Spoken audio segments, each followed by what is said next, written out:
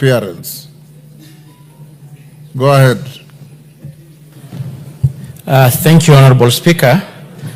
And as you had properly said, the House recalled that yesterday in the afternoon session, you did instruct I and Honorable Nanok to visit Honorable Koimburi so that we can able to furnish the House. And Honorable Speaker, we exactly did as you direct, and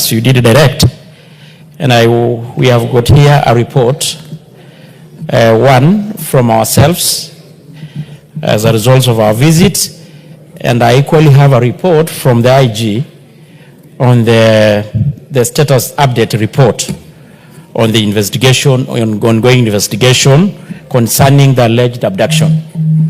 And Honorable Speaker, I want to read a jointly signed report between myself and my colleague, Honorable Nanok, on the status report regarding the visit to the Karen Hospital to assess the condition of Honorable George Koimburi.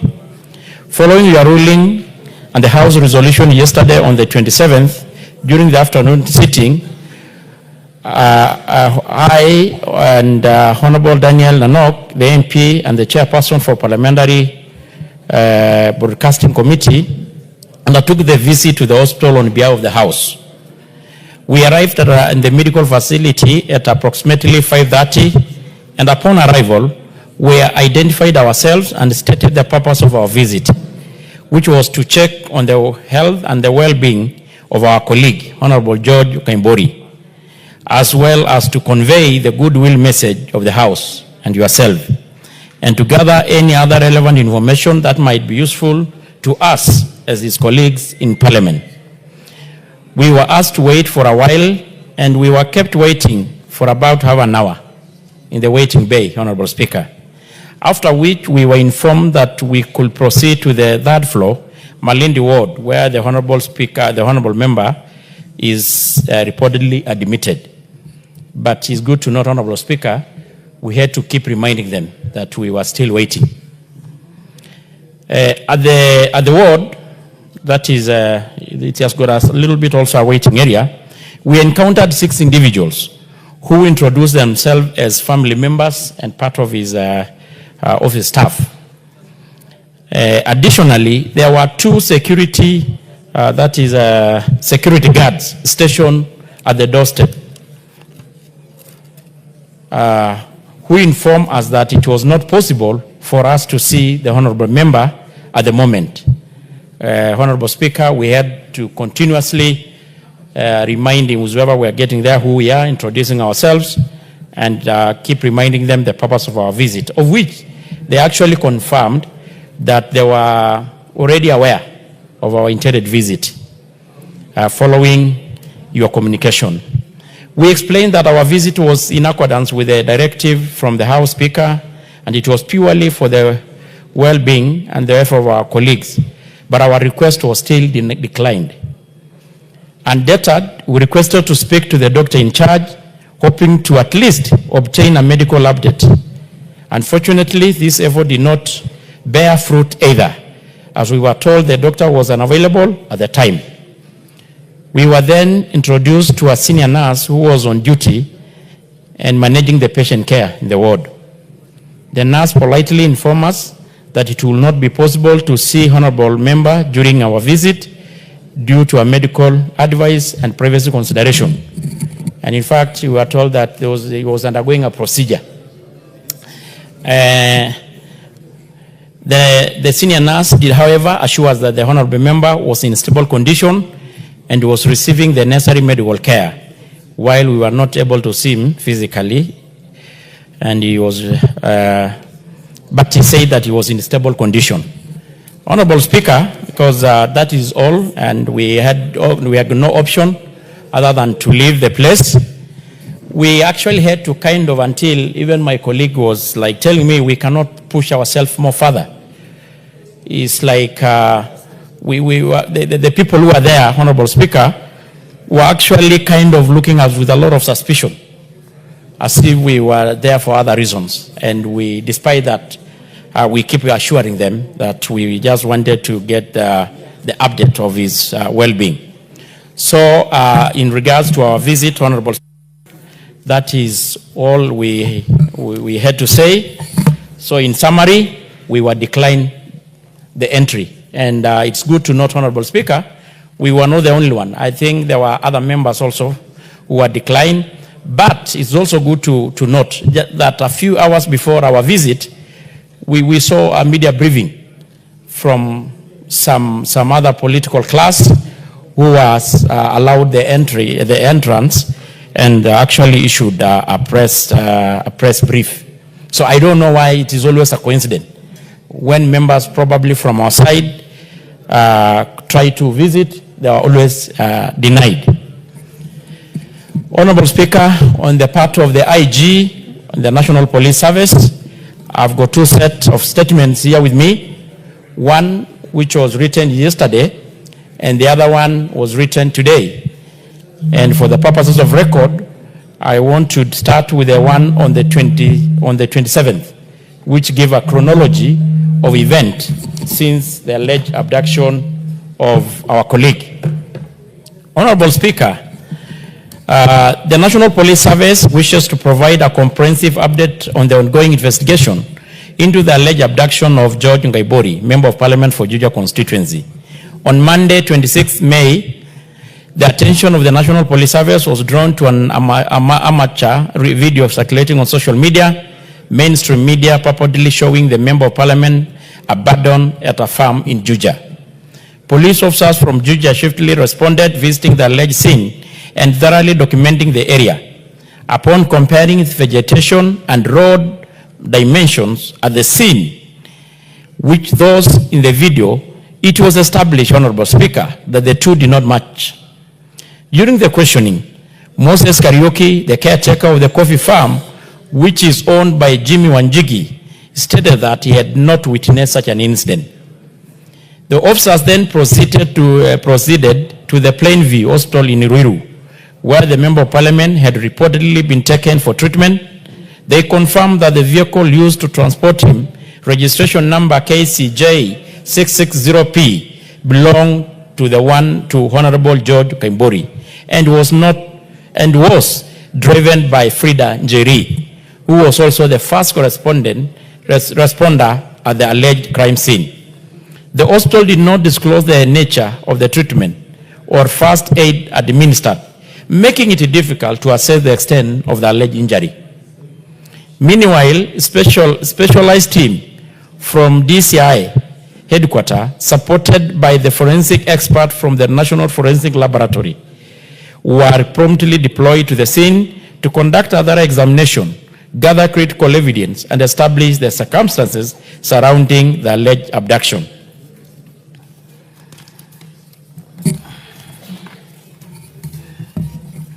So far, Honorable Speaker, that is as per yesterday, the investigation team had interviewed and recorded statements from 5 individuals, and which were expected to provide the account. This progress underscores the National Police Service commitment to uncover the truth regarding the abduction allegation with the highest standard of professionalism and diligence. We will continue to pursue all leads, analyze forensic evidence, and ensure that any perpetrators are brought to justice. Additionally, Honorable Speaker, it is important to note that Honorable George Koimburi has been under investigation for a land fraud case, and the Office of the Director of Public Prosecution had already issued consent for his prosecution. Additionally, it is important to note that Honorable George Koimburi has been under investigation, I think that one had already read. On Friday, 23rd May 2025, the MP, fully aware of the police intention to arrest him, evaded arrest by escaping on a motorbike with his private security and swiftly off his mobile and switched off his mobile phone. His car, occupied only by his driver, who was intercepted, and the driver was arrested but later released after recording a statement. The MP only resurfaced yesterday, coinciding with the abduction claim.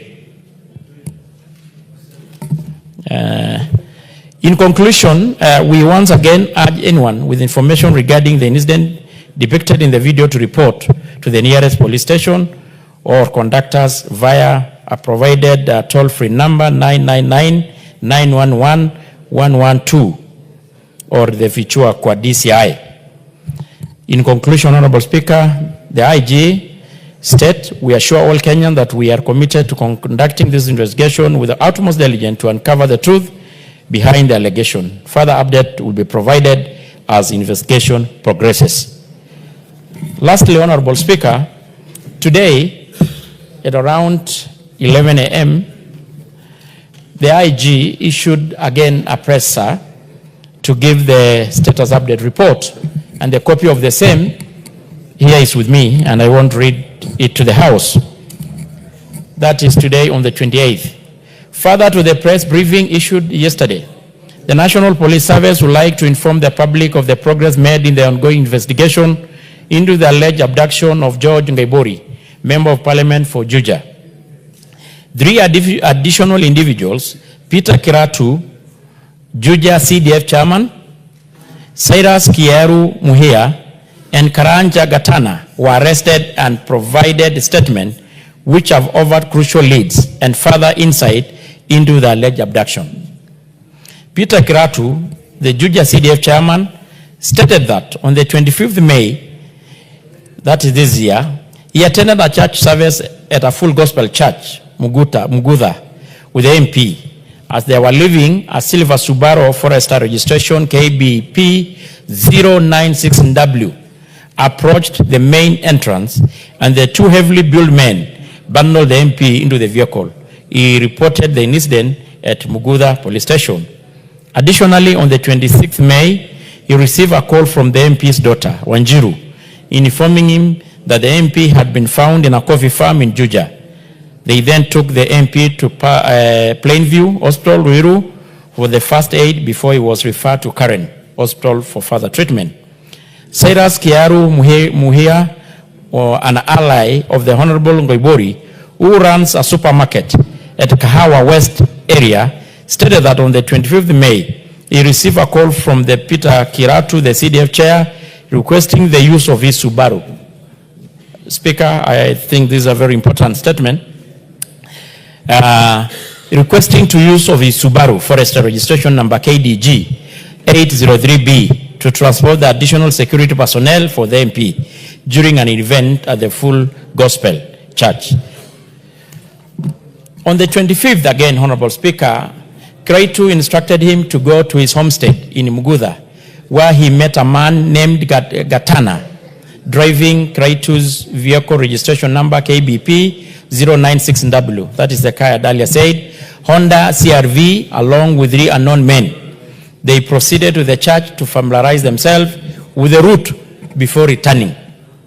Later, Kiratu called and instructed him to drive his Subaru Forester with 2 men toward the church. Upon arrival, the 2 men exited quickly, and he heard screams as the MP was forced into the vehicle. They drove toward Jacaranda Coffee Research via Kabogo Road, where the MP instructed them to stop near a waiting Honda CRV, registration number KBP 096W, belonging to Kiratu. Cyrus was left with the 2 men, who warned him not to disclose any information to the police. The police have managed to recover 2 vehicles. The Honda CRV registration number KBP 096 belonging to Peter Kiratu, and the Subaru Forester silver in color registration number KDG 803B belonging to Cyrus Kiairu Muhia. Additionally, 1 suspect, Karanja Gatana, has been arrested. Gatana admitted to dropping the MP at a hotel where he had refreshments and spent the night with the 2 abductors on the 25th May 2025 following the alleged abduction. You want me to repeat that? Honorable Speaker, public demand. The police have managed to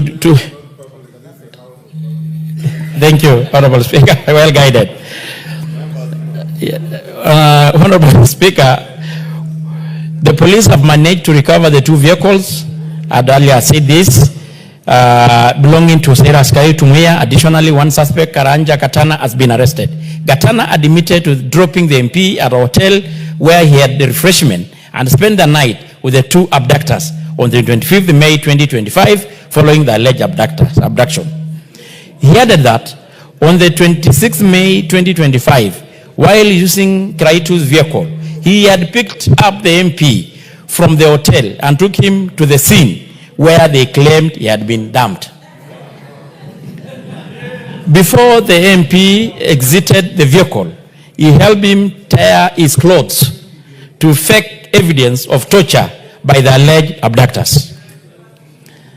The National Police Service further appeals for the public's continued support and encourages anyone with information that may assist the investigation to report it to the nearest police station or through our toll-free number 999-911-112 or the Fichua DCI 0800722303. We assure the public of our steadfast commitment to resolving this case, and we will provide further update as the investigation progresses. The letter and the statement signed by Douglas Kanja Karonche, MGH, CBS, OGW, the Inspector General of the National Police Service, on the 28th, 2025. Honorable Speaker, I think I don't have actually much to add on this. That is the statement. It's not my own words. That is the words from the IG, the authority mandated by our constitution and our laws to investigate such matters. And they are competent enough. And they have the requisite knowledge and experience. So, and I'd also given along with the statement our own findings as a House, on behalf of the House, in regards our visit, Honorable Speaker. I submit. Thank you.